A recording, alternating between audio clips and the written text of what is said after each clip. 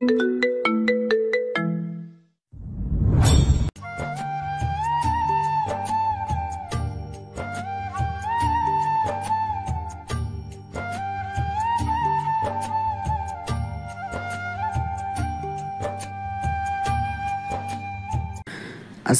আলাইকুম ভাই। ওয়ালাইকুম সালাম। নারুন, কিছু খবর জানিস নাকি? এইদিকে তো শুনছি রায়ানের পাওয়ার বাড়তেছে। ওই দেশ থেকে অন্য দেশে মেয়ে পাচার করে। ভাই, আমিও জানি এটা। আমরা এখনো তেমন তথ্য পাচ্ছি না যে তাকে ধরবো। শোন, এক কাজ কর, তুই রায়ানের দলে ঢুকে যা, দেখবি ও কি কি করে, আর আমাকে সব খবর দিবি। আমি চলে গেলে এই দিকটা কে দেখবে? আমি আছি তো, আর সৌরভ তো দেখার জন্য। আচ্ছা যা, আমি জানি তুই যেই কাজে ঢুকিস না কেন, এই কাজ পুরোটা না করে ফিরবি না। এই নে, এটা তোর কাছে রাখ। যখন বুঝবি ওরা তোর আসল পরিচয় পেয়ে গেছে, তখন তুই এই ট্যাবলেটটা খেয়ে অদৃশ্য হয়ে চলে আসতে পারবি। ভাই, এইটা তো দারুণ একটা ট্যাবলেট। আচ্ছা ভাই, আমি এখন যাই। ঠিক আছে, যা। নয়ন চলে গেল। আমি বসে বসে ভাবতেছি রায়ানের কথা। আপনাদের তো রায়ানের পরিচয়টাই দেওয়া হয় নাই। রায়ান হচ্ছে এই শহরের ছোটখাটো চোর। এই কিছুদিন ধরে শুনতেছি যে মেয়ে পাচার করতেছে, কিন্তু এখনো তেমন খোঁজ পায় নাই। এইসব ভাবতেছি, এমন সময় সৌরভ আসলো। ভাই, কি ভাবতেছেন এত মনোযোগ দিয়ে?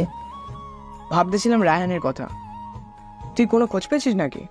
আর ভাবার কোনো দরকার নেই, রায়হানের পুরো বায়োডাটা নিয়ে এসেছি। নয়ন কোথায় গেছে ভাই? নয়নকে পাঠিয়েছি রায়ানের গ্রুপে অ্যাড হয়ে আমাদের খবর জানাতে। কি করে সে?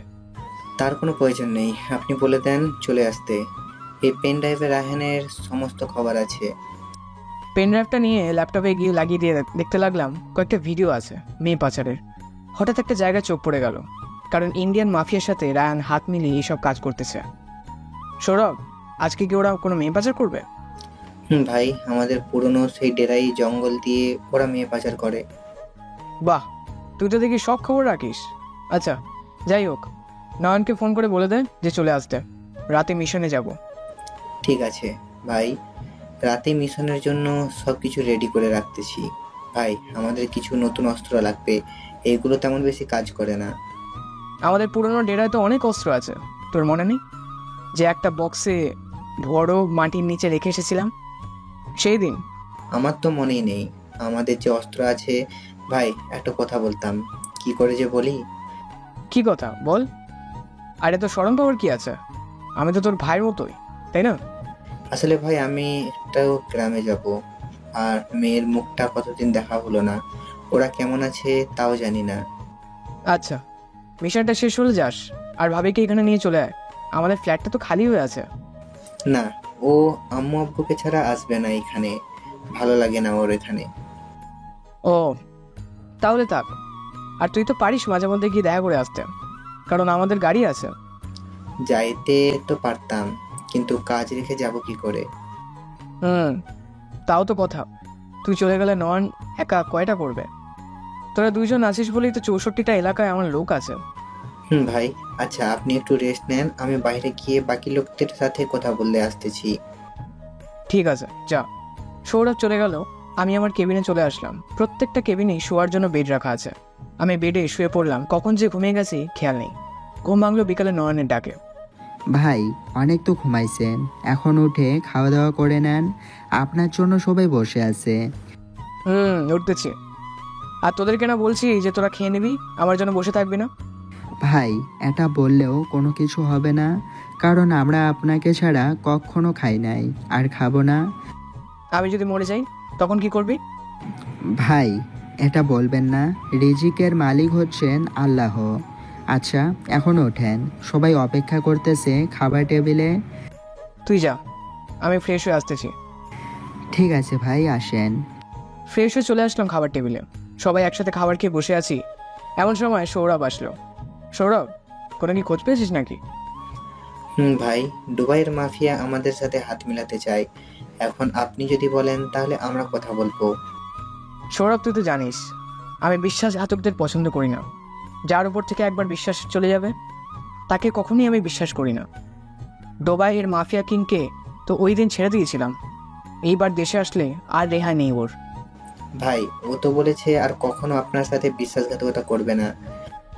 শোন, বিড়ালে যদি মাছ খেয়ে বলে সে মাছ খায় নাই, তাহলেও মিথ্যে কথা বলেছে। আর তেমনি হচ্ছে এই সালা, কারণ আমার সাথে এমন বিশ্বাসঘাতকতা করেছে সেটা তো শুধু আমিই জানি। আমি চাইলেই তাকে মেরে ফেলতে পারতাম, কিন্তু পারি নাই, ওর একটা কারণে। কিন্তু আজ আর তাকে ছেড়ে দেবো না। শোন, সবাই এখানে মোট 10টা স্নাইপার শুটার নিবি। আজকে যে মিশনে যাব, আর বাকিটা কাল দেখা যাবে কি করা যায়। ঠিক আছে ভাই। আর এই নেন, আপনি রাসেল চৌধুরীর কাছে যে 50 লক্ষ টাকা পান সেই টাকা নিয়ে এসেছিলাম, তখন মনে নেই দিতে। তুই টাকাগুলো সবার অ্যাকাউন্টে পাঠিয়ে দে, আর বলে দিবি যে যাদের পরিবার আছে তারা এক একজন করে বাসায় গিয়ে 15 দিন থেকে আসার জন্য। ঠিক আছে ভাই। কথা বলতে বলতে কখন যে সন্ধ্যা হয়ে গেছে খেয়াল নেই। এই তোরা রেডি হয়ে নে, আমি রেডি হয়ে আসতেছি। ঠিক আছে ভাই। আমরা সবাই রেডি হয়ে চলে আসলাম মিশনে। এসে দেখি ওরা মেয়েগুলোকে জাহাজে তুলছে। সবাইকে ইশারা দিলাম সাইলেন্টেড সার লাগিয়ে গুলি করতে, যাতে বোঝা না যায় কোথায় থেকে গুলি করা হয়েছে। সবাই আমার মতো কাজ করতে লাগলো। মুখে একটা সিগারেট ধরিয়ে স্ট্যাপারটা হাতে নিয়ে এক একজন করে মারতেছি, আর সিগারেটটা শুক টান দিতেছে।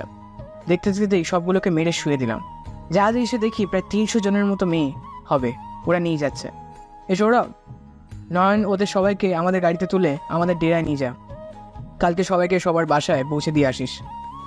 ঠিক আছে ভাই, কিন্তু রায়হান আর ইন্ডিয়ার মাফিয়াকে তো দেখছি না। চিন্তা করিস না, ওরা চলে আসবে। আর আমার বক্সটা রেডি রাখিস। জি ভাই, রেডি আছে। আমি গাড়ির ওপরে বসে আছি, এমন সময় গাড়ির হর্নের শব্দ পেলাম। পিছনে তাকিয়ে দেখি একটা কালো রঙের গাড়ি আসতেছে। সবাইকে ইশারা দিতেই সবাই লুকিয়ে পড়লো। আমি একটা গাছের আড়ালে লুকিয়ে পড়লাম, দেখি ওরা কি করে। ভাই জানেন, আপনার সাথে কাজ করে আমি অনেক টাকা পেয়েছি, কিন্তু চুরি করেও এত টাকা পাই নাই। যে টাকা পেয়েছি আপনার কাছ থেকেই, বসে খেতে পারবো 2 বছর। আমার সাথে কাজ করলে আরও টাকা পাবি, চিন্তা করিস না। চল গিয়ে দেখি সব মেয়েদের তোলা হয়েছে কিনা। ওরা জাহাজে গিয়ে দেয়, একটা মেয়েও নাই। ইন্ডিয়ার মাফিয়া রেগে বলল, এই ছিল তোর মনে? আমি এতদিন দুধ গোলা খাইয়ে তোর মতো কালসাপ বসেছিলাম, তাই না? বল, মেয়েগুলোকে কোথায় রেখেছিস? আর তোর লোক কই? আমি তো এইখানে রে, তোদের জন্য অপেক্ষা করছিলাম এতক্ষণ। আর রায়ান, আজকে তুই কোথায় যাবি? ভাই এইখান থেকে ভাগেন, তা না হলে আমাদের দুইজনকেই মরতে হবে। ওনাকে আপনি চিনেন না। আরে পেটো তো একা, আর আমরা দুইজন। চল আজকে ওকে সাইজ করে দিয়ে আসি। আমি সৌরভকে ইশারা দিতে পিছন থেকে তাকে দুইটাকে ধরে ফেললো। কিরে কুত্তার বাচ্চারা, তোরা বলেছিলি না যে আর এই দেশ থেকে মেয়ে পাচার করবি না? তবুও তোরা মেয়ে পাচার করতেছিস। ভাই আমাকে ছেড়ে দে, আমি কিছু করি নাই, সব করেছে উনি। আমাকে টাকার লোভ দেখিয়ে শর্ট করাইছে। ও তাই নাকি? এখন যদিও বলে তোকে মারতে, তাহলে তুই কি করবি? মরবি? আমি তোকে এই নিয়ে 3 বার ওয়ার্নিং দিয়েছি, তুই শুনিস নাই। আজকে তোর শেষ দিন। এ নন, আমার বক্সটা নিয়ে আয় তো। এই নেন ভাই আপনার বক্স, এটার ভিতরে সব কিছু আছে। আর আপনারা ওইটা পুরনো হয়ে গেছিল, তাই নতুন একটা নিয়েছি। ভালো করেছিস। আমি বক্সটা নিয়ে সামনের দিকে এগোতে লাগলাম, আর ওরা দুইজন ভয় ইস্যু করে দেওয়ার মতো অবস্থা হয়েছে। বক্স থেকে ব্যালেটটা বের করে রায়ানের বুক কাটতে লাগলাম। রায়ান কোনো কথাই বলতেছে না, অজরে চোখের পানি ফেলতেছে। কিরে, আজকে তো তোর মৃত্যু হবে, তুই কিছু বলছিস না যে? আমার কিছু বলার নেই ভাই, আমি যা করেছি তার শাস্তি তো পেতেই হবে। আপনার যা খুশি করেন, আমি কিছুই বলবো না। তুই জানিস তোকে কেন মারতেছি? এই কারণ ছাড়া আরেকটা কারণ তোকে মারতেছি। রায়ানের সামনে একটা ছবি দেখিয়ে বললাম, দেখ তো এই মেয়েটাকে চিনিস কিনা? বাবা ভাই, আপনি এই ছবি কোথায় পেয়েছেন? আমি একজন মাফিয়া কিং, সবাই আমাকে এক নামে চেনে, RS মাফিয়া কিং। তুই যে কাজটা করেছিস এটাতে তোর জন্য শাস্তি দিচ্ছি। এখন কি তুই তোর নিজের মুখে স্বীকার করবি, নাকি তোকে মেরেটা ফেলবো? না ভাই, আমি সব বলতেছি আপনাকে। আসলে ভাই, আমিও মেয়েটাকে অনেক ভালোবাসতাম। প্রপোজ করেছি, একসেপ্ট করেনি, তাই ওর সাথে আমি শারীরিক সম্পর্ক করেছি। তোর জন্য তো মেয়েদের জীবনটা নষ্ট হয়ে গেছে, এখন কি করবি? তোর বোন হলে তো নিশ্চয়ই এটা করতি না। আসলে ভাই, আমি আর কখনো এমন করব না। আপনি যা বলবেন আমি তাই করব। আমি যা করি একটাই করি, দুইটা করি না। আমি প্রথমে সবাইকে সুযোগ দিই, তোকেও দিয়েছিলাম 2 বার, কিন্তু তুই আমার ওর সাথে মেয়ে পাচারের কাজে লেগে পড়েছিস। এই বলে দিলাম রায়ানের পায়ে একটা পেরেক ঢুকিয়ে রায়ান চিৎকার করতেছে। আর কান্না করতেছে। কি রে, এখন কেমন লাগে? বলেছিলাম না পরবর্তী পরিণাম খুব ভয়াবহ হবে। আমি এমনই তো সবার সাথে ভালো ব্যবহার করি, কিন্তু আমার ভিতরে পশুটা জেগে উঠলে সবাই শেষ। এই বলে দিলাম আরেকটা পিরিক আরেকটা পায়ে ঢুকিয়ে দিলাম। ভাই প্লিজ আমাকে ছেড়ে দেন, আমি আর কখনো এই কাজে বা কোনো কাজেই লিপ্ত হব না। দরকার পড়লে রিক্সা চালিয়ে খাবো, তবুও আমি আর এই কাজ করব না। না না চালু, এইটা বললে তো হবে না। এই বলে ব্যালেটটা নিয়ে রায়ানের গলায় চালিয়ে দিলাম। গলা থেকে অজস্র রক্ত পড়তেছে, আর থেকে তো পড়তেছেই হয়। রায়ান কিছুক্ষণের মধ্যে পরপারে চলে গেল। আফসোস সেটাই ছিল তার জীবনে, যে যেমন কর্ম করে তার তেমন ফল হয়। পাশে তাকিয়ে দেখি ইন্ডিয়ান মাফিয়া কিং ভয়ে কিছু করে দিয়েছে। কি রে, তোর এখনই এই অবস্থা, পরে কি হবে? ভাই আমাকে ছেড়ে দিন, আমি এই কান ধরে বলছি আর কোনোদিন এখানে আসবো না। আমাকে আর কোনোদিনেও দেখতে পাবেন না।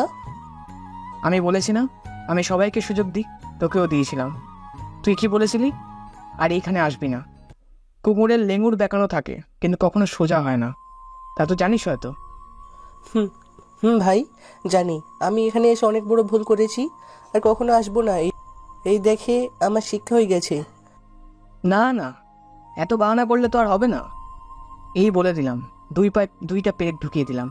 চিৎকার করতে আর কান্না করতে করতে বলতেছে, আমি আর আসবো না এখানে। প্লিজ ভাই শেষবারের মতো মাফ করে দেন। আমি মুচকি হাসি দিতেই সৌরভ বুঝে গেল আমি কি বোঝাতে চাইছি। যা, তোকে ছেড়ে দিলাম, আর যেন কখনো না দেখি এখানে। ঠিক আছে ভাই। ইন্ডিয়ান মাফিয়া কিং দৌড়তে দৌড়তে চলে গেল। আমি স্নাইপারটা নিয়ে তার মাথা বরাবর গুলি করতেই মাথায় লেগে মাটিতে চিট হয়ে শুয়ে পড়েছে। এই নন, সব কিছু নেওয়া হয়েছে রে? হ্যাঁ ভাই, হয়েছে। আর কিছু বাংলা অস্ত্র পেয়েছি, যেগুলো আমাদের কাজে লাগবে। ভালো তো, আর অস্ত্র আনতে হবে না। চল এখন ডেরায় চলে যাব। আমি যেই গাড়িতে উঠতে যাব এমন সময় মনে হলো কেউ আছে আশেপাশে। এ নয়ন, দেখ তো কোনো মেয়ে আছে কিনা আশেপাশে। কই না তো ভাই, কেন কি হয়েছে? আর আপনি দেখেছেন নাকি মেয়ে আছে? দেখি নাই, তবে মেয়েদের পারফিউমের গন্ধটা আসতেছে এই কাছ থেকে। হয়তো ওই মেয়েগুলোর মধ্যে হবে। না, তুই তো জানিস আমি কেমন। এই সবাই একটু আশেপাশে খোঁজ দেখ তো, কেউ আছে কিনা। ভাই ওই তো পালিয়ে গেছে। ওই তোমরা সবাই মেয়েটাকে ধরে আনো, যে করেই হোক। আমি বলেছিলাম না এইখানে কোনো একটা মেয়ে আছে। মেয়েটাকে ধরে আমার কাছে নিয়ে আসলো। মেয়েটাকে ভালো করে দেখতে লাগলাম। গলায় দেখে একটা বেজ পড়া, হাতে নিয়ে দেখি সাংবাদিকের কাজ করে। এই মেয়ে এইখানে কি করতে এসেছিলে? তোকে কেন বলবো, তুই তো একটা খুনি। তোকে বলে আমার কি হবে? আমি খুনি, তাতে তোর কি? আর তুই জানতে পারলি কি করে যে এইখানে মিশন হবে? আমাকে একজন বলেছেন, তাই তো এসেছি। আর তাদের ভিডিও করেছি। আমাকে যেতে দে, তা না হলে খুব খারাপ হয়ে যাবে। কি খারাপ হবে শুনি? তুই তো একটা মেয়ে। এখন যদি তোকে আমরা কিছু করাই তখন তোর কি হবে? মানে কি করবে না আমার সাথে? যা ইচ্ছে তাই করবো। এ নয়ন, এটাকে নিয়ে চল আমাদের ডেরায়। ভাই, মেয়েটাকে আপনার সাথে রাখেন, পরে পালিয়ে যাবে। মেয়েটার এক হাতে হ্যান্ডকাপ লাগিয়ে আমার কাছে দিল। এই চল আমার সাথে, তা না হলে তোর কিন্তু এখানেই সর্বনাশ করে ফেলবো। প্লিজ আমার কোনো ক্ষতি করবেন না। আমি আপনার ভিডিও কোথাও দিব না। আমাকে ছেড়ে দিন। না, তোকে ছাড়া যাবে না তো। ছেড়ে দিলেই তো তুই সব খবর বলে দিবি সবাইকে। তার চেয়ে ভালো তোকে আমার সাথে নিয়ে যাব। এই বলে মেয়েটাকে নিয়ে গাড়িতে উঠে পড়লাম। ড্রাইভ করতেছে নয়ন। আমি মেয়েটার দিকে অপলক দিশে তাকিয়ে আছি। এই প্রথম কোনো মেয়ের দিকে এইভাবে তাকালাম। মেয়েটা দেখতে মাশাআল্লাহ পুরাই পরীর মতো। কিছুক্ষণের মধ্যে চলে আসলাম আমাদের ডেরায়। মেয়েটাকে আমার কেবিনে নিয়ে চলে আসলাম। আমার কেবিনে থেকে বের হতে পারবে না, যতই চেষ্টা করুক না কে। আমাকে আটকে রাখতে পারবেনই না। দেখেন আমি বেরিয়েই যাব। তাই নাকি? আচ্ছা, আমি ওয়াশরুমে গেলাম, আপনি বেরিয়ে যান। ঠিক আছে, আমি বেরিয়ে চলে যাব। যখন বলছি তখন চলে যাব। আমি চলে আসলাম ওয়াশরুমে। ফ্রেশ হয়ে বেরিয়ে দেখি মেয়েটা দরজা খোলার অনেকটাই করতেছে, কিন্তু খুলছে না। কি ব্যাপার, এখনো খুলতে পারলাম না? এই দরজা কিভাবে খুলে বলে দেন। আমি এখানে থাকবো না, আমি আম্মুর কাছে যাব। বাহানা করলে তো আর হবে না, আপনাকে এখানে থাকতে হবে আমাদের সাথে। মেয়েটা কান্না করে দিল। আমার কথা শুনে আর বলল, এই আমি আম্মুর কাছে যাব। আম্মু তোমার মেয়েকে মেরে ফেলবে এই গুন্ডাটা, আমাকে নিয়ে যাও। এই মেয়ে একদম চুপ, কোনো কথা বলবি না। আমি যখন বলছি এখানে থাকতে হবে তোর তাহলে থাকবি। কথা বললে এটা দেখেছিস তো, গুলি করে মাথার খুলি উড়িয়ে দেবো। না না, আমাকে মারবেন না। আপনি যা বলবেন আমি তাই করব, তবু আমাকে মারবেন না প্লিজ। ঠিক আছে, মারবো না। এখন চুপচাপ ওই বিছানায় গিয়ে শুয়ে পড়েন। ঠিক আছে। মেয়েটা বিছানায় শুয়ে পড়লো, আমিও গিয়ে মেয়েটার পাশে শুয়ে পড়লাম, কারণ এই রুমে একটাই বেড। আমি পাশেই শুতেই মেয়েটা লাফ দিয়ে উঠে বলল, এই, আপনি আমার পাশে শুয়েছেন কেন? অন্যখানে গিয়ে ঘুমান। অন্য কোনো জায়গা নেই, কালকে জায়গা রেডি করে এরপর যাব। আর যদি কোনো চালাকি করেন তাহলে তো বুঝতেই পারছেন। চুপচাপ শুয়ে ঘুমান এখানে। আচ্ছা, আর আমার সাথে কিচ্ছু করবেন না তো? আমি যদি ঘুমিয়ে যাই তখন? না, কিচ্ছু করবো না, ঘুমান। এটা বলতেই মেয়েটা শুয়ে পড়লো। কিছুক্ষণ পর মেয়েটার পাশ ফিরে দেখি মেয়েটা নেই। আমি উঠলাম, না, দেখি মেয়েটা পায়চারি করতেছে। আমি ঘুমের ভান করে বললাম, পায়চারি করে কোনো লাভ হবে না, এই দরজা আমি ছাড়া কেউ খুলতে পারবে না। বিছানায় এসে ঘুমিয়ে পড়েন। খচ্চর বেটা, ঘুমের মধ্যে বলতেছে এই দরজা খুলতে পারবো না, কিন্তু এই দরজা খুলতে কি কি লাগে আমি তো জানিও না। থাক, আর পায়চারি করে কি হবে, গিয়ে ঘুমিয়েই পড়ি, সকালে না হয় কোনো ফোন দিয়ে এটে বেরিয়ে যাব। মেয়েটা আবার এসে শুয়ে পড়লো, আমিও ঘুমিয়ে গেলাম। সকালে মেয়েটার ডাকে ঘুম ভাঙলো। এই যে উঠেন, আমি ওয়াশরুম যাব। ওয়াশরুমের দরজা খুলে কি করে? হায় রে, মেয়েটা থেকে দরজাও খুলতে পারে না। দরজার উপরে দেখেন কয়েকটা বাটন আছে, 1,25,800 দিলেই দরজা খুলে যাবে। আবার ভেতর থেকে বেরিয়ে আসতে হলে উল্টোটা দিলেই বেরিয়ে আসতে পারবেন। ঠিক আছে, আর আমার খুব ক্ষুধা লাগছে, আমার জন্য কাচ্চি এনে দেন, আমি কাচ্চি খাবো। হে হে হে হে, জমিদারের বেটি আইছে কাচি খাইতে। তোর পাড়ের বাড়িতে গিয়ে কাচি খাস, এখানে কাচি নাই, শুধু ডাল ভাত ছাড়া। আমি ফ্রেশ হয়ে আসতেছি, আর যতক্ষণ পর্যন্ত আমি আমার কাচ্চি না পাবো ততক্ষণ পর্যন্ত আমি খাবার খাবো না। এই বলে রিয়া ওয়াশরুমে চলে গেল। আমি চলে আসলাম বাইরে। এ নন, যা তো বাজার থেকে কাচি নিয়ে আয়।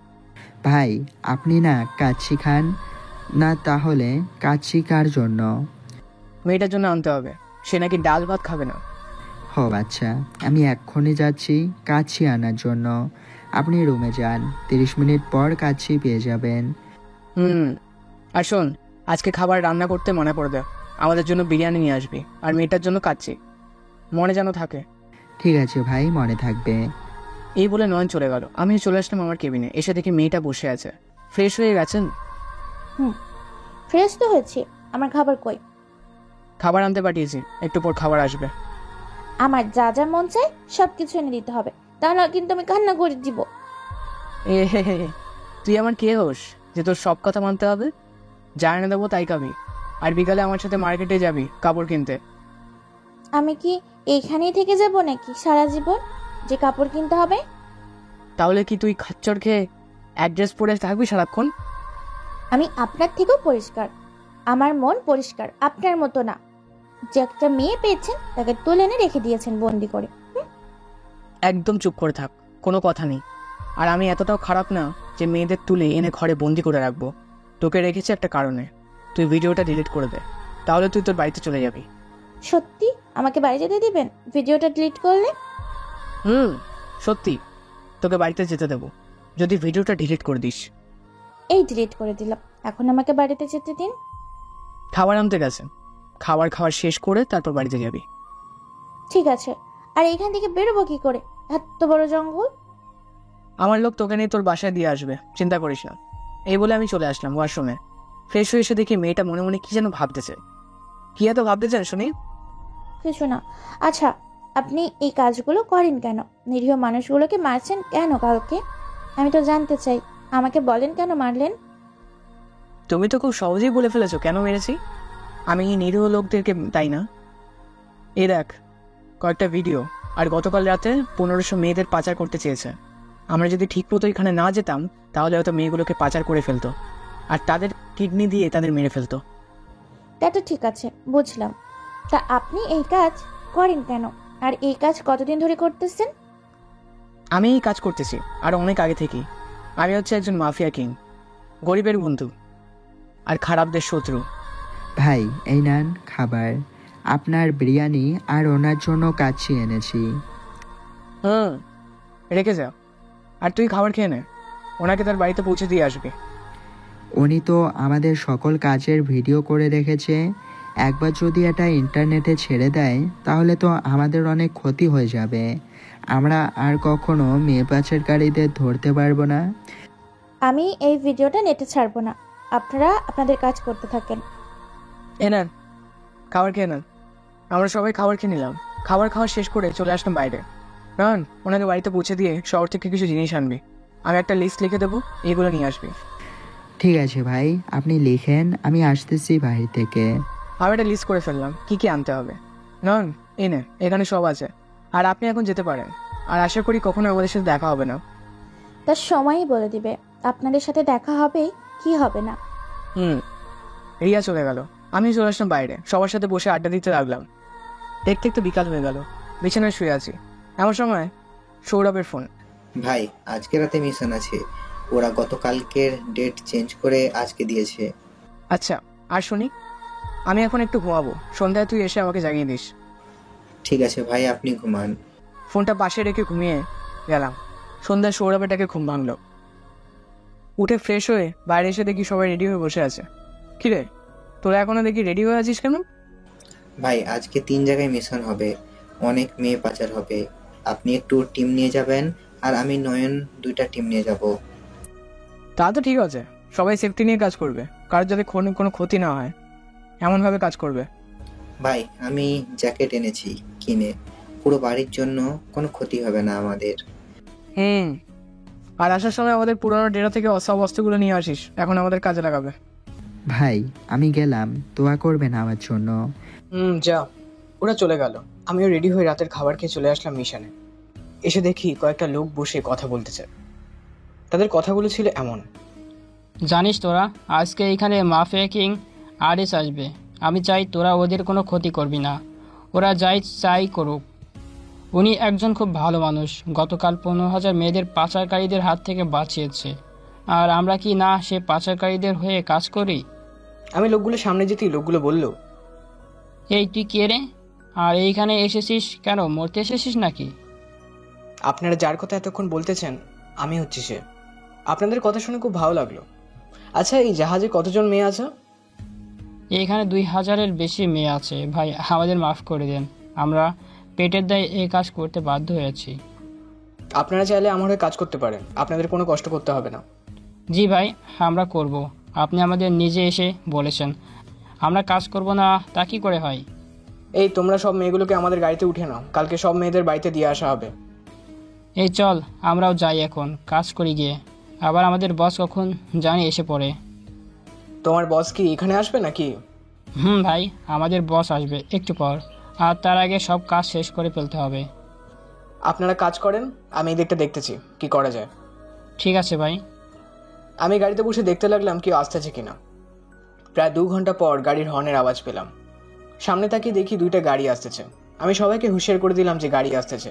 গাড়ি এসে আমার সামনে থামলো। ভিতর থেকে লোকটা বলল, এই সামনে থেকে সর।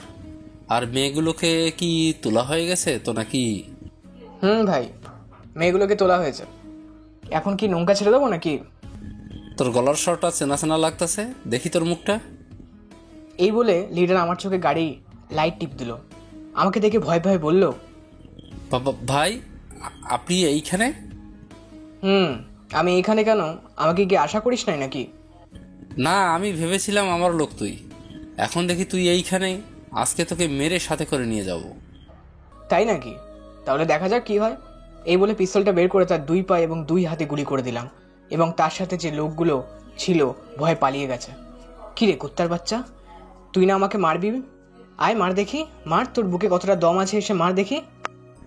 আমি হয়তো মারতে পারবো না, কিন্তু আমি এমন একজনকে তোর জন্য রেখেছি, সে তোকে মারবেই। ও, আমি ভয় পাচ্ছি তোর কথা শুনে। তুই হয়তো এটাই ভাবতেছিস, তাই না? এই তোমরা দেখে যাও তো, এই তোমাদের লিডার কিনা? না ভাই, এ তো আমাদের লিডার না, উনি হচ্ছে লিডারের ডান হাত কালাচান। আমাদের লিডার হচ্ছে মালয়েশিয়ায় মাফিয়া কিং। ও আচ্ছা, ঠিক আছে, তোমরা যেতে পারো। আর সব মেয়েদের আমাদের গাড়িতে তোলা হয়েছে নাকি? জি ভাই, সবগুলোকে তোলা হয়েছে। এখন কি করব একটু বলেন? তোমার গাড়িতে গিয়ে বসো, আমি এটাকে সাইজ করে আসতেছি। ঠিক আছে ভাই, আসেন। আমি লোকটাকে মেরে চলে আসলাম গাড়িতে। বসে বলতেছি, এমন সময় সৌরভের ফোন। হ্যালো সৌরভ, বল। ভাই মিশন কমপ্লিট। এখন কি আপনার কাছে চলে আসবো নাকি ডেরায় চলে যাব? তুই এক কাজ কর, নয়নকে ফোন দিয়ে দেখ ওই দেখি কেমন অবস্থা। বেশি খারাপ অবস্থা হলে তুই ওখানে চলে যা।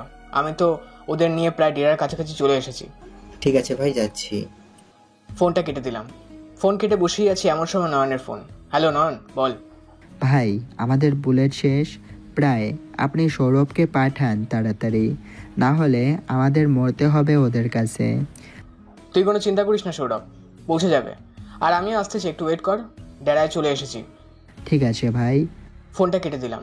সব কিছু দেখিয়ে কয়েকটা স্নাইপার আর কয়েকটা পিস্তল নিয়ে চলে আসলাম নয়নের কাছে। এসে দেখি এখন ওরা মিশন চালিয়ে যাচ্ছে। গাড়ি থেকে স্নাইপারটা নিয়ে গুলি করতে লাগলাম। প্রায় 30 মিনিট পর মিশন শেষ হলো। ভাই আপনারা না আসলে হয়তো আজকে আমার মৃত্যু নিশ্চিত ছিল।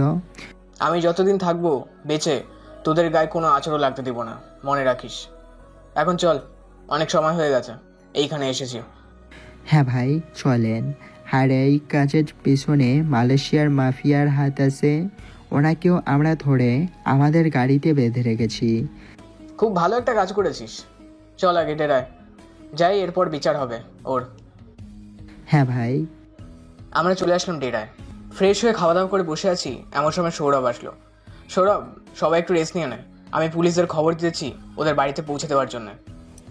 ভাই পুলিশ লাগবে না আমাদের, ওই লোক আছে, অন্য এলাকা থেকে লোক এনেছি। খবর দিয়ে ওরা সব মেয়েদেরকে তাদের বাড়িতে পৌঁছে দিবে। ভালো একটা কাজ করেছিস। সবাইকে কাজ বুঝিয়ে দিয়ে রেস্ট কর গিয়ে। আমি আমার কেবিনে আছি, কিছু লাগলে ডাক দিস। ঠিক আছে ভাই, আপনি যান। আমি আমার কেবিনে চলে আসলাম। বেডে শুয়ে আছি, কখন যে ঘুমিয়ে গেছি খেয়াল নেই। বিকালে একটা মেয়ের ডাকে ঘুম ভাঙলো। তাকিয়ে দেখি রিয়া দাঁড়িয়ে আছে। কি ব্যাপার, তুমি এখানে আসলে কি করে? নয়ন ভাইয়া আমাকে দরজা খুলে দিয়েছে, তাই এসেছি। এসেছো ভালো করেছো, কিন্তু তোমার হাতে লাগেজ কেন? আর এইখানে আবার এসেছো কেন? আমাদের সাথে থাকলে তোমার বিপদ হতে পারে, তুমি চলে যাও।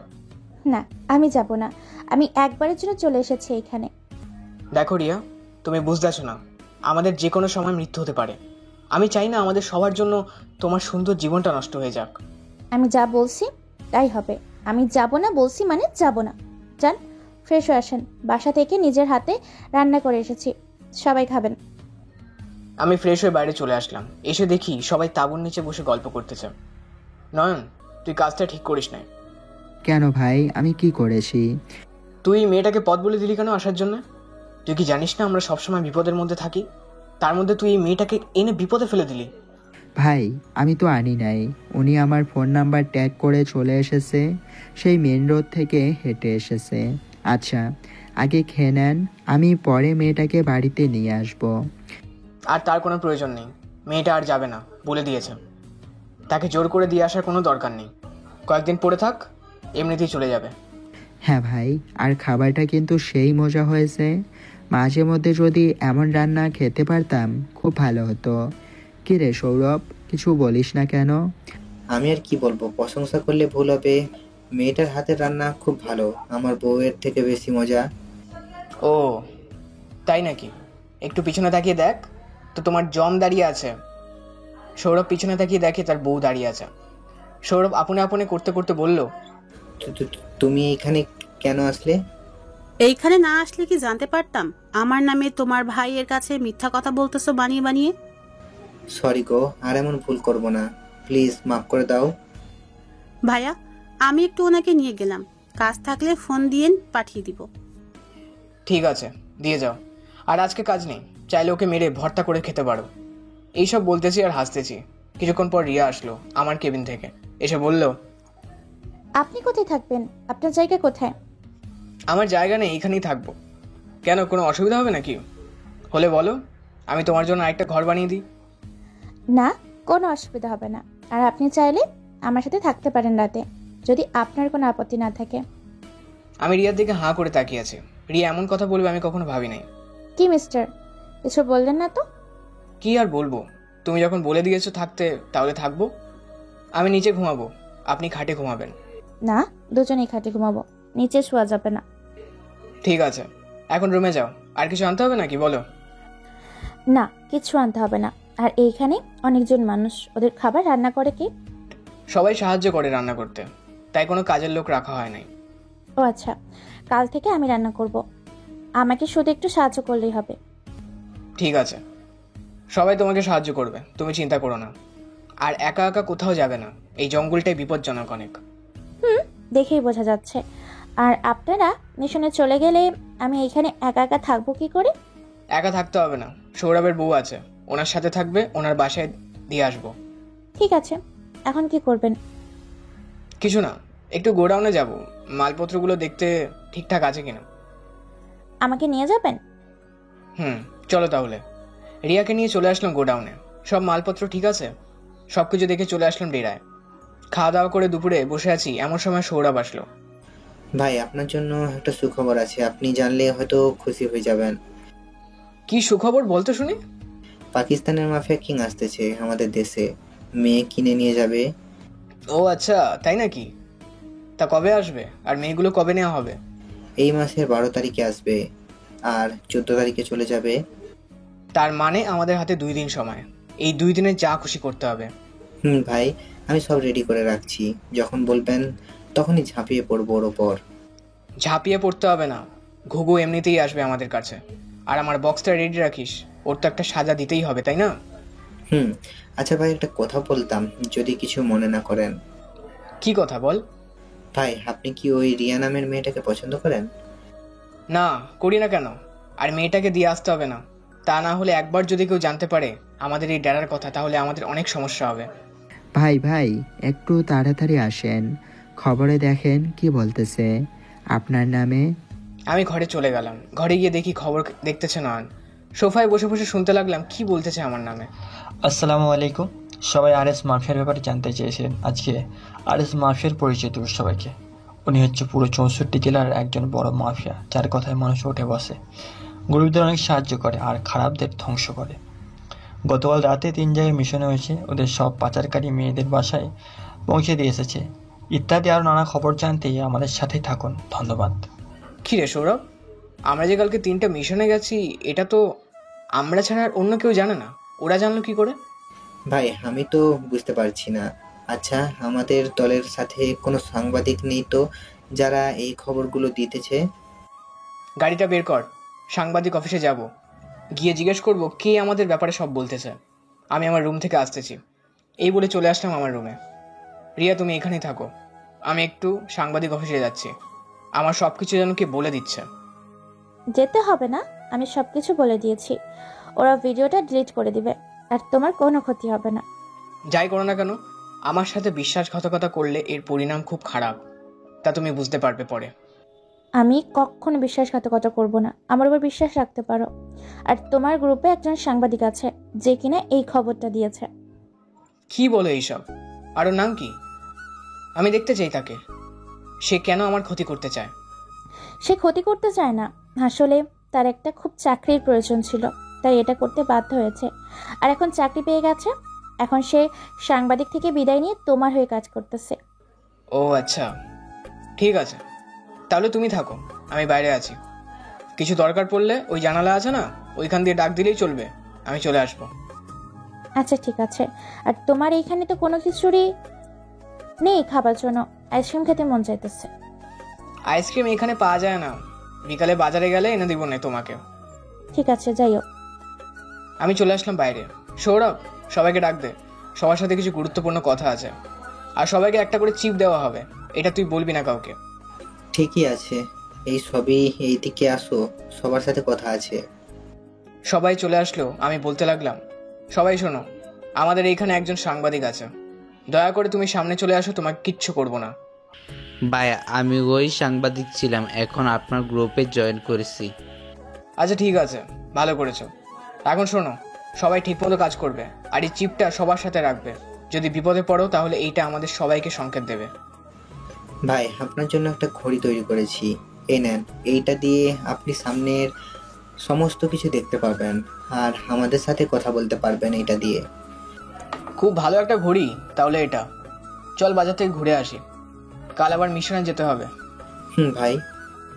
আমি সৌরভ নয়ন চলে আসলাম বাজারে, রিয়ার জন্য কিছু কিনে নিলাম। নয়ন, আমাদের ডেরায় তো ফ্রিজ নেই, চল একটা ফ্রিজ কিনে নিয়ে যাই। কিন্তু ভাই, আমি তো সাথে টাকা আনি নাই, ফ্রিজ নিব কি করে? তোরা টাকা আনিস নাই তো? কি হয়েছে? আমি তো এনেছি। আমরা চলে আসলাম ফ্রিজের দোকানে, সব থেকে বড় 3টে ফ্রিজ নিয়ে চলে গেলাম। ট্রাকে করে চলে আসলাম আমাদের ডেরায়। একটা আমাদের রুমে, একটা রান্নাঘরে, আর একটা সবাই যেন যেখানে থাকে ওইখানে। সেটা করে চলে আসলাম আমার কেবিনে। কি ব্যাপার রিয়া, কি হয়েছে? তেমন কিছু না, আমার আব্বু আম্মুকে ধরে নিয়ে গেছে কিছু গুন্ডারা। এখন কি করব আমি? ওরা তোমারে চাইতেছে। কোথায় যেতে বলেছে ওরা? এই জঙ্গলের শেষ দিকে একটা অঞ্চল আছে, ওইখানে নিয়ে যেতে বলেছে। ও, চলো তাহলে আমরা যাই। যদি তোমার বিপদ হয় তখন কি করব? আরে চলো, আমার কোনো বিপদ হবে না। বিপদ হলে ওদের হবে। রিয়াকে নিয়ে বাইরে চলে আসলাম। সৌরভ আর নয়নকে ইশারায় বুঝিয়ে দিলাম আমার পিছনে পিছনে আসতে। রিয়া হয়তো জানে না যে সৌরভ আর নয়ন আসতেছে আমাদের সাথে। আমরা চলে আসলাম সেই পাহাড়ের এলাকায়। রিয়া, ওই লোকটাকে ফোন দাও, বলো কোথায় আসতে হবে। আসসালামু আলাইকুম ভাইয়া, কোথায় আসতে হবে? সামনের রাস্তা দিয়ে সোজা চলে আসো, ডানে যে বাড়িটা থাকবে ওইখানে আসবে। ঠিক আছে। আমি রিয়াকে নিয়ে চলে আসলাম সেই বাড়িতে। কলিং বেল দিতেই একটা লোক এসে দরজা খুলে দিলে বলল, ভেতরে আসেন, উপরে ডান পাশের রুমে আমাদের স্যার আছে, বলেছে ওইখানে যেতে। ঠিক আছে চাচা। আমরা চলে আসলাম পরের রুমে। এসে দেখে একটা ছেলে বিছানায় উল্টো দিক করে বসে আছে। আমাদের উপস্থিতি পেয়ে ছেলেটা বলল, বাহ মেঘ বাহ, একটা মেয়ের বাবা মায়ের জন্য এত দূর চলে এসেছো। তুমি হয়তো জানো না, এই সবই ছিল আমার করা একটা নাটক। কারণ ওই মেয়েটার মা বাবা এখনো তাদের বাসায়। ও আচ্ছা, তা কিসের জন্য এনেছো এইখানে শুনি? আমি তোমাকে মারতে এসেছি, তোমার জন্য অনেক লস খেয়েছি। আমি অনেকে টাকা চাইতেছে, আমি শুধু তোমার জন্যই মেয়ে পাচার করতে পারছি না। আজকেই তোমার শেষ দিন হবে। দেখা যাক কার শেষ দিন হয়। রিয়া, তুমি নিচে চলে যাও, আর উপরে আসবে না কোনো মতেই। ঠিক আছে। রিয়া যেতেই আমি ছেলেটার উপরে লাফিয়ে পড়লাম। ছেলেটা নাড়াচড়া করতে পারছে না। কিরে, তুই না বলেছিলি আমাকে মারবি? এখন তো আমি ওকে তোকে মেরে ফেলবো। এই বলে কোমর থেকে পিস্তলটা বের করে ছেলেদের হাতে এবং পায়ে গুলি করে দিলাম। কিরে, কেমন লাগে এখন? তুই কাজটা ভালো করলি না, এর জন্য তোকে অনেক পস্তাতে হবে, এই বলে দিলাম। ঠিক আছে, দেখি কি হয়। আমি চেয়ারে বসে পড়লাম। ছেলেটা তার কোমর থেকে যে পিস্তলটা বের করতে হবে আমি তার মাথায় গুলি করে দিলাম। কেন যে আসে ওরা আমাদের সাথে লাগতে, আমি এটাই বুঝি না। আমি চলে আসলাম নিচে। চাচা বলেন, আমার সাথে কাজ থেকে আপনি আমার ওইখানে রান্না করবেন, শুধু, আর কিচ্ছু করতে হবে না। কিন্তু স্যারের কি হলো? আর গুলির শব্দ পেলাম কিছুক্ষণ আগে। আপনার স্যার দেশদ্রোহী, তাই আপনার স্যারকে মেরে ফেললাম। তার মানে তুমি একজন খুনি? আমি কখনোই তোমার সাথে যাব না, তুমি চলে যাও এখান থেকে। চাচা, আপনি ভুল বুঝতেছেন। আপনি হয়তো ওনাকে চেনেন না। উনি হচ্ছে এই 64 জেলার একজন মাফিয়া কিং, গরিবদের সাহায্য করে।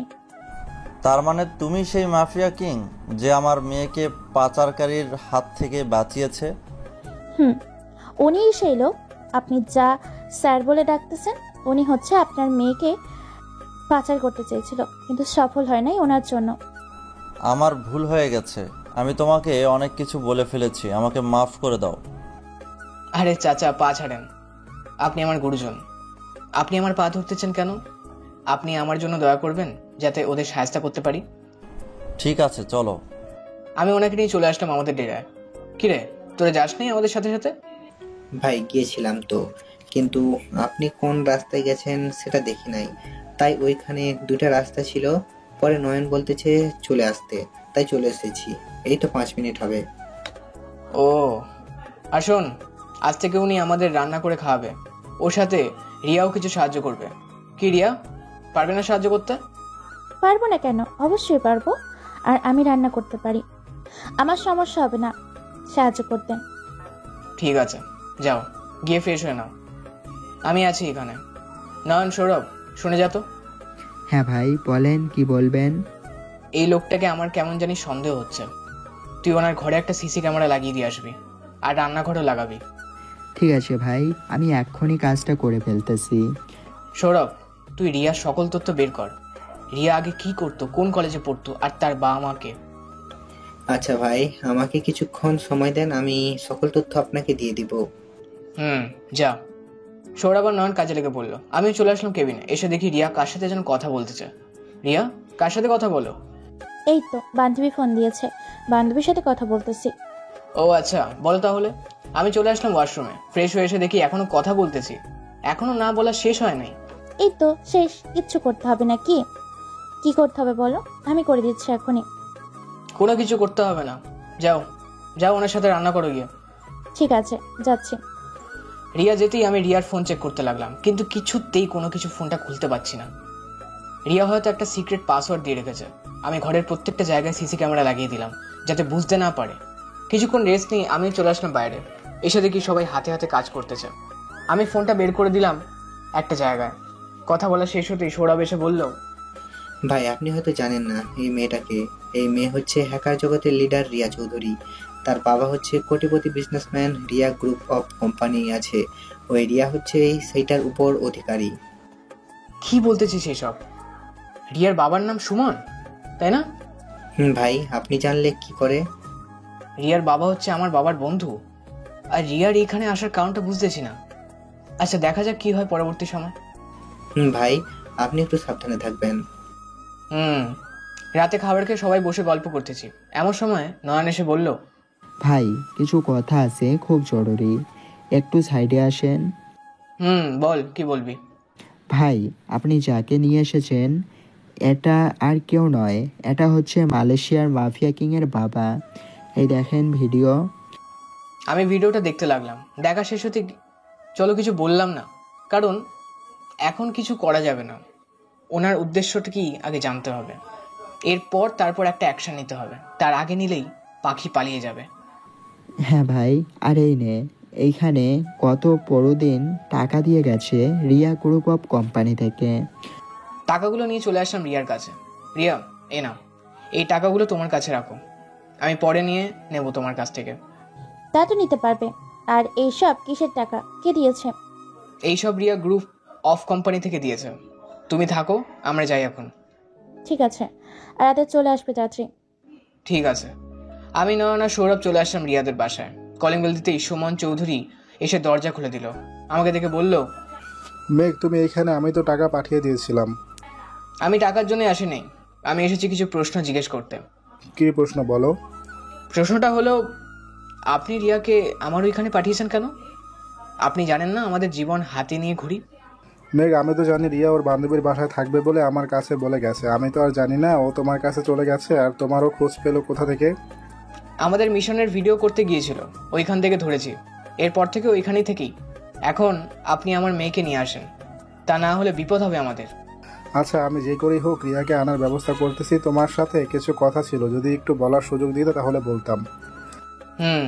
বলেন, কি বলবেন? আমার মেয়েটা তোমাকে খুব ভালোবাসে।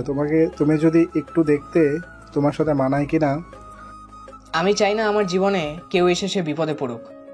আমি চাই ভালো একটা মানুষ এর সাথে ভালোভাবে সুখে সংসার করুক। তবুও একটু দেখো। আচ্ছা, আমি ভেবে দেখব কি করে যায়। এখন গেলাম। এই বলে গাড়িতে চলে আসলাম। বসে আছি আর ভাবতেছি, রিয়া কি সত্যি আমাকে ভালোবাসে, নাকি এমন ছলনা করতেছে আমার সাথে? ভাই রিয়া কিন্তু মাশাআল্লাহ খুব সুন্দর, আর আপনার সাথে খুব মানাবে। তোরা কি চাইতেছিস, আমি এই মেয়েটাকে কি বিয়ে করি, তার জীবনটা নষ্ট করে দেবো? ভাই আমরা কখনোই নাই না, আর আপনারও তো বিয়ের বয়স হয়ে গেছে, বিয়েটা করে ফেলেন। আমরাও তো বিয়ে করেছি। যদি আল্লাহ আমাদের কপালে মৃত্যু লিখে থাকে তাহলে তো মৃত্যু হবে, তাই না? আচ্ছা ঠিক আছে, আমি আজকে রাতে ভেবে দেখবো কি করা যায়। এখন চল। আমরা চলে আসলাম ডেরায়। এসে দেখি রিয়া পায়চারি করতেছে। কি হয়েছে রিয়া? আসলে আম্মু খুব অসুস্থ, আব্বু আমাকে বলেছে এক্ষুনি যাইতে। আজকে যাওয়ার দরকার নেই, কালকে আমি তোমাকে নিয়ে দিয়ে আসবো। আর এখন তো রাত হয়ে গেছে, দেখতেছো না? তবুও আমি এখনই যেতে চাই। কিচ্ছু হবে না, তোমার আব্বু তো বাসায় আছেই, তাহলে আর চিন্তা করছো কেন? কিচ্ছু হবে না, রুমে যাও, তোমার সাথে কথা আছে। কি কথা বলো? পরে বলবো, ঘুমানোর সময় বলবো তোমাকে। এই বলে রুমে চলে আসলাম। ফ্রেশ হয়ে খাওয়া দাওয়া করে বসে আছি, এমন সময় রিয়া এসে বলল, এখন বলো কি হচ্ছে, আর কি কথা বলবা? আমি যা যা প্রশ্ন করব সত্যি সত্যি উত্তর দেবা তো? দিব, বলো কি বলবে। তুমি কি আমাকে ভালোবাসো? সত্যি সত্যি করে বলবা। না মানে, আমি একজনকে খুব ভালোবাসি, তাকে বিয়ে করবো কয়েকদিন পর। মানে কি বলতেছো এসব? আমি তোমাকে ভালোবাসি, তোমাকে কারোর হতে দিব না। তুমি শুধু আমার, আর কারোর না। কিন্তু রিয়া, আমি যে অন্য একটা, এটা বলতে পারি বলতেই রিয়ার ঠোঁট জোড়া আমার ঠোঁটে ডুবিয়ে চুষতে লাগলো। আমি আর কিছু বললাম না, রিয়াকে জড়িয়ে ধরে তার ঠোঁট জোড়া চুষতে লাগলাম। প্রায় 30 মিনিট পর রিয়া ছেড়ে দিল আমাকে। কি হ্যালো, ছেড়ে দিলে কেন? ভালোই তো লাগছিল। তুমি বলো, আমাকে ছাড়া অন্য কাউকে ভালোবাসবে না। যদি বলো তাহলে আজকে সারা রাত দিব, এই বলে দিলাম। সত্যি সারা রাত দিবা? দিব। আমি তোমাকেই ভালোবাসি, আর একটা শর্ত আছে, তুমি নিজের মুখে তোমার আসল পরিচয় দিবা। আমার বাবা হচ্ছে একজন ব্যবসায়ী, রিয়া গ্রুপ অফ কোম্পানির মালিক। আমি তার একমাত্র কন্যা। আর কিছু জানতে চাও? তুমি যে হ্যাকার জগতের রানী, এটা বলবে কে? এটা তুমি জানলে কি করে আমি যে হ্যাকার জগতের লিডার? আজকে যখন তুমি তোমার বান্ধবীর সাথে হ্যাকিং নিয়ে কথা বলতেছিলাম, তখন আমি শুনে ফেলি। এরপর তোমার আসল পরিচয় জানতে সৌরভকে বলি, সৌরভ সব বলেছে আমাকে। তার মানে তুমি আমার পরিচয় আগে থেকেই জানতে, তাই না? এই বলে রিয়াকে জড়িয়ে ধরলাম, রিয়াও আমাকে জড়িয়ে ধরলো। এইভাবেই দুজন শুয়ে পড়লাম। সকালে রিয়ার ডাকে ঘুম ভাঙলো। এই উঠো তো, সকাল হয়েছে তো। উঠতেছি। আমি উঠে পড়লাম, ফ্রেশ হয়ে এসে বসে আছি, এমন সময় সৌরভ আসলো। বলল, ভাই কি ভাবলেন এখন? বিয়ে কি করবেন নাকি করবেন না? বিয়ে করব, কিন্তু 2 মাস পর। কারণ একটা মিশন আছে, অনেক বড়। দেশের সকল মাফিয়া আসবে আমাদের সাথে, যুদ্ধ করতে চাই। আপনি কোনো চিন্তা করবেন না, আমাদের সকল লোকদের বিশেষ ট্রেনিং দিয়ে রাখবো যাতে কোনো সমস্যা না হয়। তাই করতে হবে। আজকে রাতে একটা মিশন আছে, তোরা থাক, আমি রিয়াকে তার বাসায় দিয়ে আসি। খাওয়া দাওয়া করে যান, রান্না তো হয়ে গেছে। না, আসার সময় কাজ আছে একটা, কাজটা করতে করতে কতক্ষণ লাগে তা জানি না। আমার আসতে হবে নাকি? না, তোর যেতে হবে না, তুই থাক এইখানে। আমি রিয়াকে নিয়ে চলে আসলাম তাদের বাসায়। কলিং বেল দিতেই রিয়ার মা এসে দরজা খুলে দিল। আরে মেঘ যে, ভিতরে এসো। মা, তুমি কি ওকে চিনো নাকি? চিনবো না কেন, ও তো তোমার বাবার বন্ধুর ছেলে, যার সাথে তোর ছোটবেলায় বিয়ে ঠিক করে রেখেছিল। ও আচ্ছা। রিয়া, আমি এখন যাই, একটা কাজ আছে। বাইরে ওইটা করে আবার যেতে ওইখানে। এখন গেলাম। খাবার খেয়ে নাও। আম্মু, খাবার দাও নাকি? না, খাবো না, কিছু বাইরে থেকে খেয়ে নেবো না। ঠিক আছে, তাহলে যাও। আর তুমি সামনের শুক্রবারে যাবে ওইখানে, এর আগে যাবে না। আচ্ছা ঠিক আছে। আমি চলে আসলাম বাইরে, গাড়িটা নিয়ে চলে আসলাম একটা হোটেলে। এসে দেখি সেই লোকটা চলে এসেছে। আসসালামু আলাইকুম আপু। ওয়ালাইকুম সালাম। কেমন আছেন ভাইয়া? ভালো আছি। তা আপনার সাথে ডিল হয়েছিল, ওইটা ঠিক আছে নি? আপনার সাথে ডিল হয়েছিল যেটা, ওইটাই। কোম্পানি আপনার নামে করা হয়েছে সব কিছু।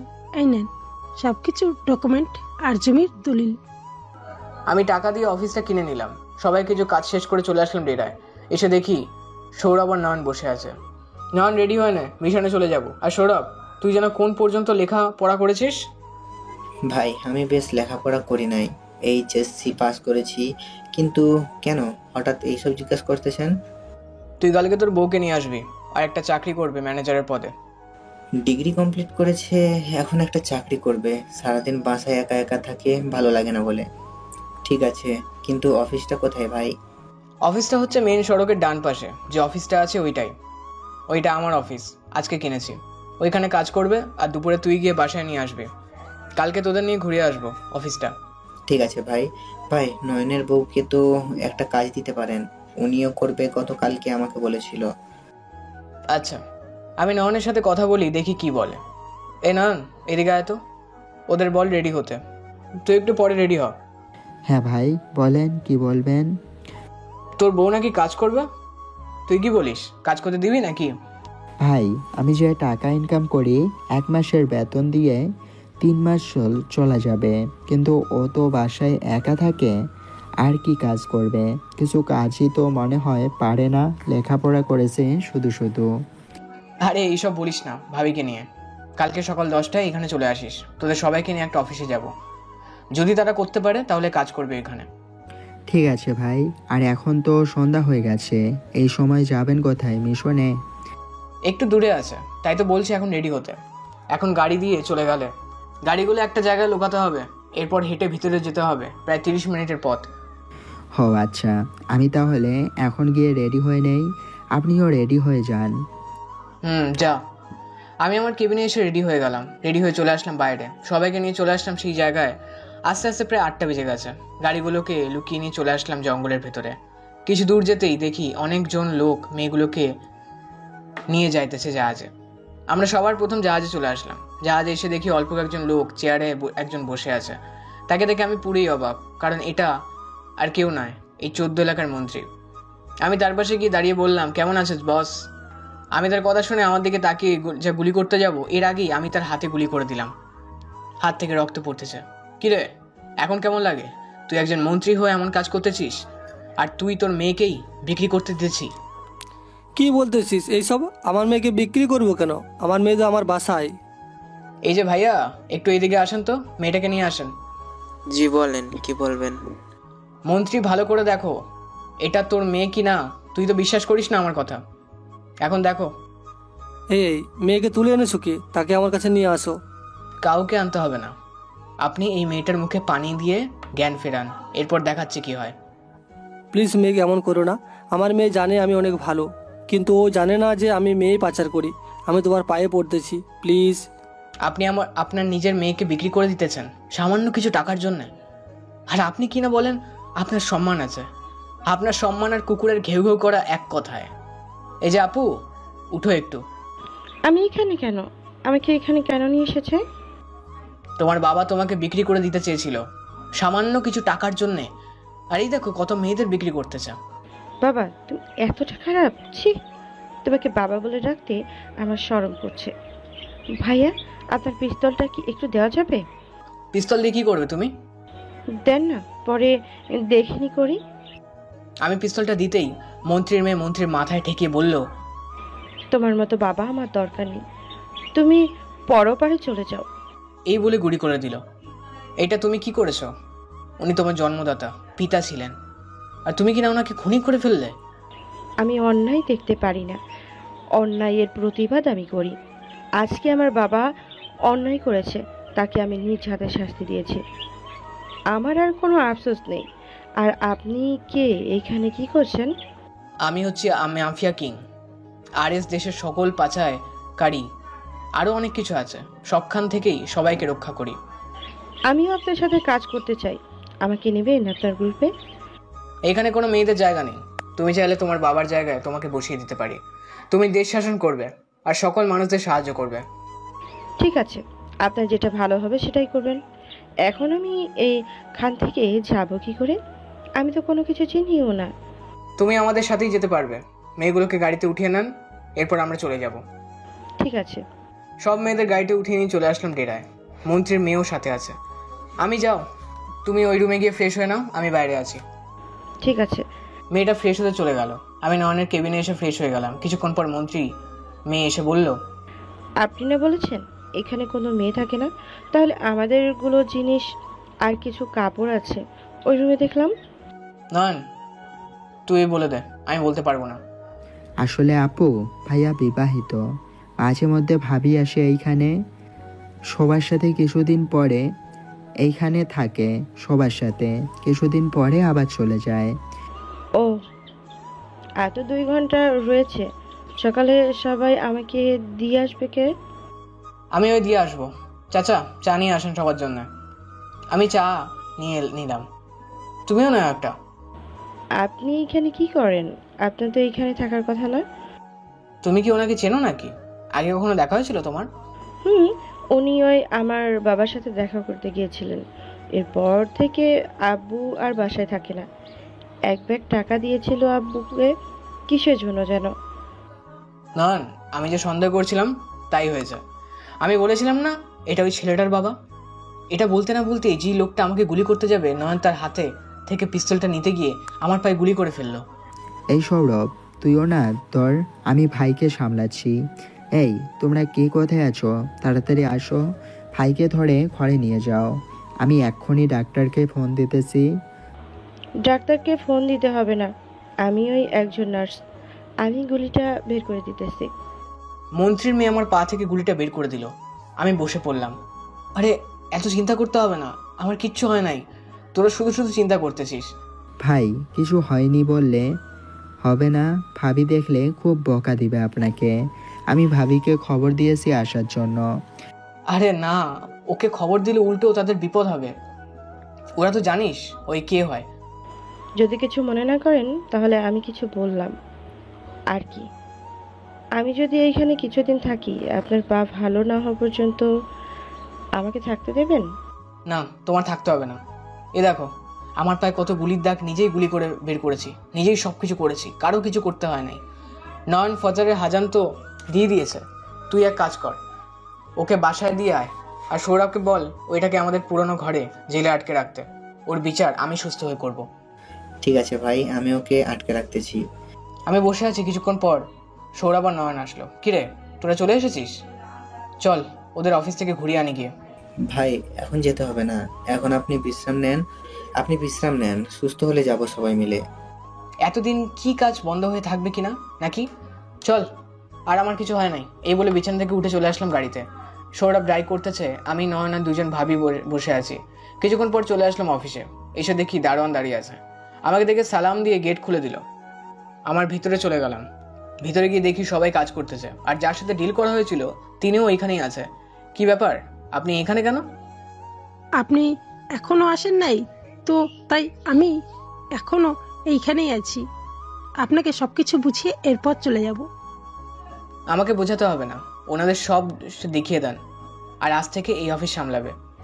ঠিক আছে, আমি ওনাদেরকেই বুঝিয়ে দিতেছি। আমি চলে আসলাম আমার কেবিনে, চেয়ারে বসে আছি। কিছুক্ষণ পর ভাবিরা আর ওই মেয়েটা আসলো। কয়েকটা ফাইল নিয়ে মেয়েটা বলল, এ হচ্ছে সকল কাজের ফাইল। এইখানে আপনি চাইলে রাখতে পারেন এবং নাও রাখতে পারেন, এটা আপনার ব্যাপার। এখন যাই, আমি সব কিছু বুঝিয়ে দিয়েছি। যদি কোনো কিছু দরকার পড়ে তাহলে এই নাম্বারে ফোন দেবেন, আমি চলে আসবো। ঠিক আছে। মেয়েটা চলে গেল। ভাবি, তোমরা সব বুঝে নিয়েছো তো? সব কিছু ঠিক আছে তো? না কি কোনো ভুল আছে? সবকিছু বুঝে নিয়েছি আমরা দুইজন সকল কর্মীদের। আমি আমার দরজার সামনে দেখ, একটা সুইচ আছে, ওইটা টিপ দিলেই হবে। সবাই হর্ন পে হলো রুম চলে যাবে। ঠিক আছে ভাইয়া, আমরা হল রুমে গেলাম। এই তুমি ভাইয়াকে নিয়ে আসো। তুমি যাও, আমি আসতেছি ভাইকে নিয়ে। আমি চলে আসলাম হল রুমে। এসে দেখি সবাই চলে এসেছে। আমি মাইকটা হাতে নিয়ে বলতে লাগলাম, সবাই তো জানেন এই অফিসটা বিক্রি হয়ে গেছে। আমি এই অফিসটা কিনে নিয়েছি, আর ওনারা হচ্ছে এই অফিসের ম্যানেজার। যার যা যা লাগবে সব বলবেন, ওনারা দিয়ে দেবে আপনাদের। ঠিক আছে স্যার। আর এই অফিসের সব থেকে বড় অর্ডার কোনোটা ছিল গত কয়েক মাসের মধ্যেই। স্যার, গত কয়েক মাসে বেশি উন্নয়ন ছিল 2.01-এর কাপড়টা খুব লাভ করেছে। এই কাপড় থেকে এখন মানুষ এই কাপড়ই বিক্রি করতে চাচ্ছে, কিন্তু সুতা ঠিকমতো পাচ্ছে না, তাই বিক্রি করতে পারছে না। ও আচ্ছা, আমি সকল কিছুর ব্যবস্থা করছি। এই কাপড়টাই বানিয়ে রেখে দেবো, তখন কাপড় থাকবে না, তখন দামে বিক্রি করে দেবো। আর তোমরা কথা বলে নাও ওদের সাথে কিভাবে কাজ করবে। আমি আমার কেবিনে গেলাম। ভাই চলেন, আপনাকে দিয়ে আসি। না, আমাকে দিয়ে আসতে হবে না, আমি একাই যেতে পারবো। এই বলে চলে আসলাম আমার কেবিনে। চেয়ারে বসে বসে কফি খাচ্ছি, এমন সময় ফোনটা বাজতে লাগলো। দেখি রিয়ার ফোন। হ্যালো রিয়া, বলো। এই তোমার পায়ে নাকি গুলি লেগেছে, এখন কেমন আছো? ঠিক আছো তো? আমি আসবো নাকি? আরে পাগলি মেয়ে, আমি ঠিক আছি, আমার কিচ্ছু হয় নাই। আর তোমার আসতে হবে না, এখন আমি একটু বাইরে আছি।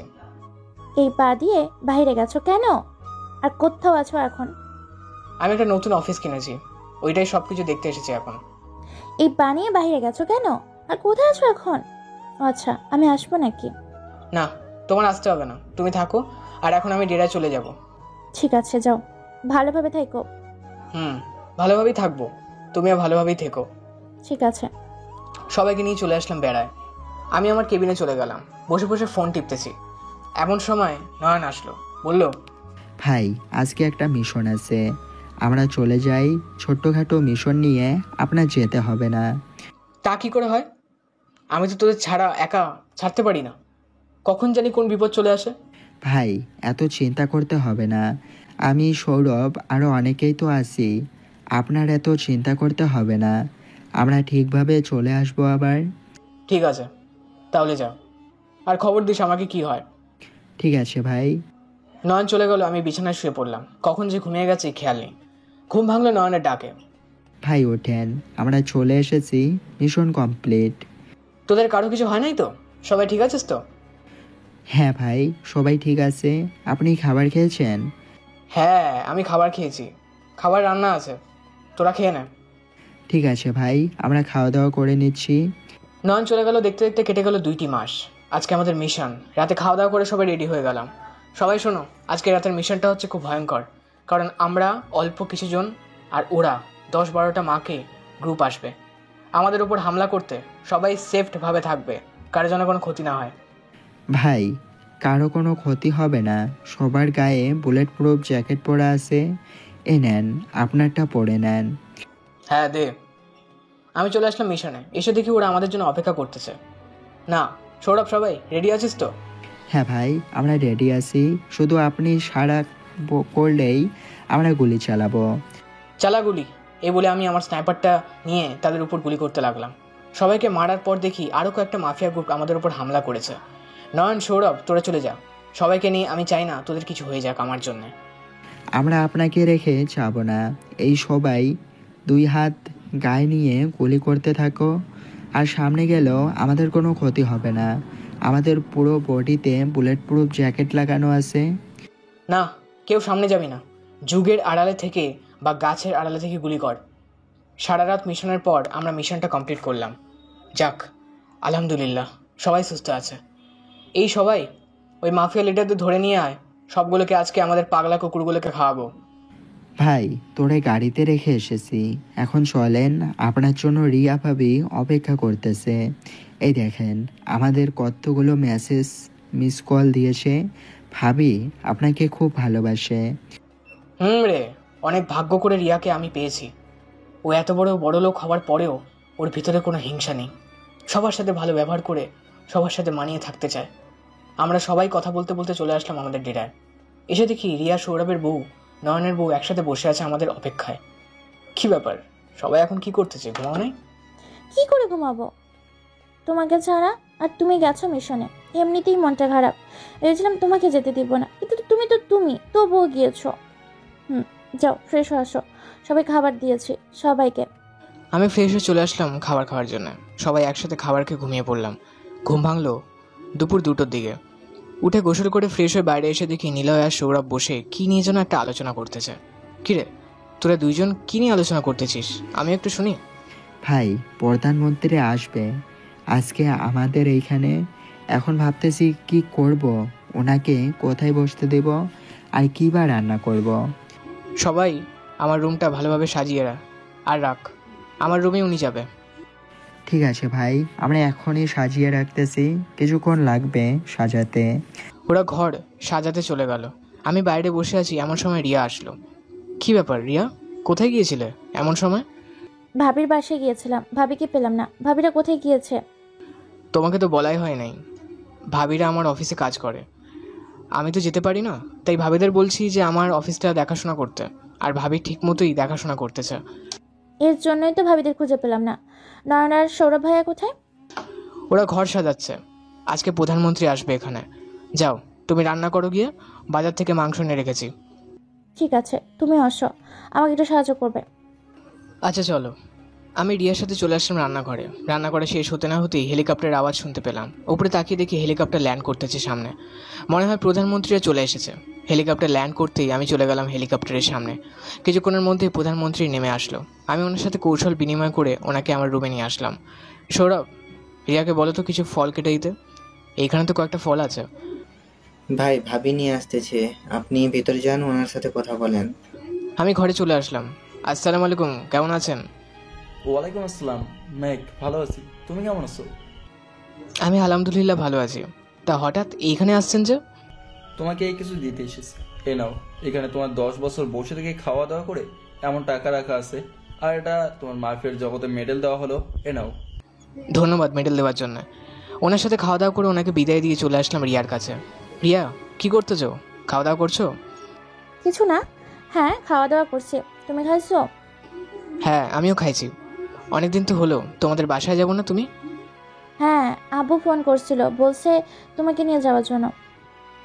আচ্ছা ঠিক আছে, বিকেলে যাব তোমাকে নিয়ে। এই বলে রিয়াকে জড়িয়ে ধরলাম। হঠাৎ কারো কাশি শব্দে ঘোর কাটতো আমার।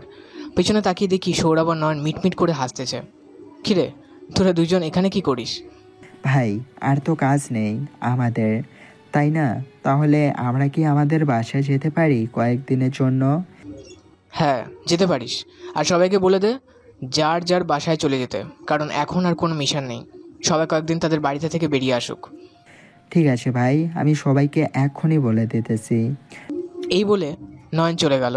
আমি চলে আসলাম আমার কেবিনে, বসে আছি। কিছুক্ষণ পর রিয়া আসলো। যাও তুমি ফ্রেশ আসো, আমি কাপড়গুলো গুছিয়ে নিই। একটা চুমু দাও, তারপর যাবো ফ্রেশ হতে। না, এখন দেওয়া যাবে না, আগে ফিরে আসো তারপর দিব। প্লিজ প্লিজ প্লিজ, এমন করো না, দাও না একটা। যাও এখন ফ্রেশ হতে। আমি ফ্রেশ হয়ে চলে আসলাম ঘরে। এসে দেখি রিয়া সব কাপড় গুছিয়ে ফেলেছে। আমরাও রেডি হয়ে চলে আসলাম রিয়ার বাসায়। কলিং বেল দিতে রিয়ার মা এসে দরজা খুলে দিল। মেঘ কেমন আছো? রিয়া, কেমন আছিস তুই? ভালো আছি, আপনারা কেমন আছেন? আমরাও ভালো আছি, ভিতরে আসো। রিয়া, যা চেঞ্জ করে মেঘের জন্য কিছু ফল আর শরবত বানিয়ে দে, আমি খাবার রান্না করতেছি, প্রায় শেষ। আমি চলে আসলাম রিয়ার রুমে, বসে বসে ফোন টিপতেছি। এমন সময় রিয়ার আব্বু আসলো। কেমন আছো মেঘ? আলহামদুলিল্লাহ ভালো আছি, আপনি কেমন আছেন? আলহামদুলিল্লাহ ভালো আছি, চলো নিচে চলো, খাবার খাবো। আমি শ্বশুরের সাথে চলে আসলাম নিচে। এসে দেখি রিয়া আর তার আম্মু খাবার সাজাচ্ছে। রিয়া, মেঘকে খাবার বেড়ে দে, আমি ফ্রেশ হয়ে আসতেছি। আপনি ফ্রেশ হয়ে আসেন, তারপরে সাথে সবাই বসে খাবার খাবো একসাথে। ঠিক আছে, তাহলে তোমরা বসে গল্প করো, আমি আসতেছি। আমরা বসে গল্প করতে লাগলাম। প্রায় কিছুক্ষণ পর রিয়ার আম্মু আসলো। রিয়া, এখন খাবার বেড়ে দে, আমি চলে এসেছি। আমি নিয়ে যেতেই পারবো, দিতে হবে না আমাকে। খাওয়া দাওয়া করে রুমে চলে আসলাম। দেখতে দেখতে কেটে গেল আরও 3টে দিন। আন্টি, আমি চাচ্ছিলাম কি রিয়াকে বিয়ে করে একবারের জন্য নিয়ে যাই, আপনি কি বলেন? তোমার বাবা আসুক, তারপরে তোমার বাবার সাথে কথা বলে বিষয়টা ক্লিয়ার করে নিতেছি। ঠিক আছে তাহলে। রাতে খাবার খাচ্ছি, এমন সময় রিয়ার আম্মু বলল, রিয়ার আব্বু, মেঘ তো চাইতেছে রিয়াকে বিয়ে করে একেবারে নিয়ে যেতে, এখন তুমি কি বলো? আমরা চাচ্ছিলাম অনুষ্ঠান করে তোমাদের বিয়ে দিতে, এখন তোমরা কি বলো? অনুষ্ঠান করে বিয়ে করবে নাকি এমনিতেই পরিবারের সম্মতিতে কাজী ডেকে বিয়ে করিয়ে দিব? এখন না হয় কাজী ডেকে বিয়ে করিয়ে দিন, পরে একটা সময় একটা অনুষ্ঠান করে আমাদের বিয়ের ব্যাপারটা সবাইকে জানিয়ে দিলেই হবে। আচ্ছা, তাহলে আমি আজকে রাতেই কাজী ডাকি, তোমরা যদি বলো। ঠিক আছে, আপু ডাকতে পারো। খাওয়া দাওয়া করে বিয়ে যেন রেডি হয়ে গেলাম। রাত 10টায় কাজী আসলো, আমাদের বিয়ে করিয়ে দিয়ে চলে গেল। আমি আর রিয়া চলে আসলাম আমাদের রুমে। রিয়া খাটের উপর ঘোমটা দিয়ে বসে আছে। আমি খাটের কাছে যেতেই রিয়া খাট থেকে নেমে আমার পায়ে ধরে সালাম করলো। আমি রিয়াকে জড়িয়ে ধরলাম। কতক্ষণ যে জড়িয়ে ধরেছিলাম তা মনে নেই। এই চলো 2 রাকাত নফল নামাজ পড়ে আমাদের নতুন জীবন শুরু করি। হ্যাঁ চলো। আমরা দুইজনে 2 রাকাত নফল নামাজ পড়ে নিলাম। নামাজ পড়ে শেষ হতে নিয়ে রিয়া চলে গেল বিছানায়। আমি চলে আসলাম রিয়ার কাছে। রিয়াকে জড়িয়ে ধরে তার ঠোঁট যেন আমার দখলে করে নিলাম। আস্তে আস্তে তার শরীরের সাথে মিশে গেলাম। সকালে ঘুম ভাঙলো, আমাদের দুজনের দিকে তাকিয়ে লজ্জা পড়ে গেলাম, কারণ আমাদের দুজনের শরীরের এক ফোঁটাও সুতো নেই। রিয়া আমার বুকে মুখ লোকালো। যাও এখন ফ্রেশ হয়ে আসো। আমিও ফ্রেশ হয়ে যাবো আবার। চলো দুজনে একসাথে ফ্রেশ হব। ঠিক আছে চলো। তাহলে আমি আর রিয়া ফ্রেশ হয়ে চলে আসলাম নিচে। এসে দেখি আব্বু টিভি দেখতেছে আর আম্মু আমাদের জন্য খাবার রান্না করতেছে। দুপুরের খাবার খেয়ে চলে আসলাম আমাদের। এসে দেখি সৌরভ, নয়ন আর তাদের বউ বসে আছে। কিরে, তোরা না বাড়িতে গিয়েছিলে, এত তাড়াতাড়ি চলে আসলি যে? ভাই, আজকে একটা মিশন আছে, তাই চলে এসেছি। আর আমাদের লোক সবাই চলে আসতেছে, 1 সপ্তাহ তো হয়ে গেল থেকে আসলাম।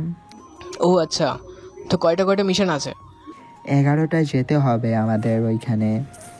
ও, রাতে খাওয়া দাওয়া করে চলে আসলাম মিশনে। ছোটোখাটো মেশিন, আমার সান্য দল ওই মিশনটা কমপ্লিট করে ফেললো 1 ঘন্টার ভেতরে।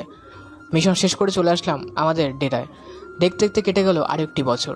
রাতে বিছানায় শুয়ে আছি, এমন সময় রিয়া বলল, এই তোমার মতো আমার একটা ডেভিল ছেলে আর একটা ডেভিল মেয়ে চাই, এনে দিবা তো? ডেভিল মেয়ে আর ডেভিল ছেলে আনতে কিন্তু অনেক কষ্ট করতে হবে তোমাকে। যদি কষ্ট সহ্য করতে পারো তাহলে এনে দিতে পারবো। আমি সকল কষ্ট সহ্য করতে পারবো, আমার একটা ডেভিল মেয়ে একটা ডেভিল ছেলে চাই। রিয়ার কথা শুনে আমি তার উপরে চাপিয়ে পড়লাম। সারা রাত আদর করে সকালে রিয়াকে বুকে জড়িয়ে ধরে শুয়ে আছে। এমন সময় রিয়া বলল, জানো আমি না একটা স্বপ্ন দেখেছি, আমাদের ডুয়েট বেবি হয়েছে। তাই নাকি? তাহলে তো ভালোই হলো। তুমি একটা কি সামলাবে, আমি একটা কি সামলাবো। ঠিক আছে। সকালে গোসল করে চলে আসলাম বাইরে। এসে দেখি সৌরভ আর নয়ন বসে আছে। কিরে, তোদের দেখে মনে হচ্ছে তোদের মন খারাপ, কিছু হয়েছে না? কিরে?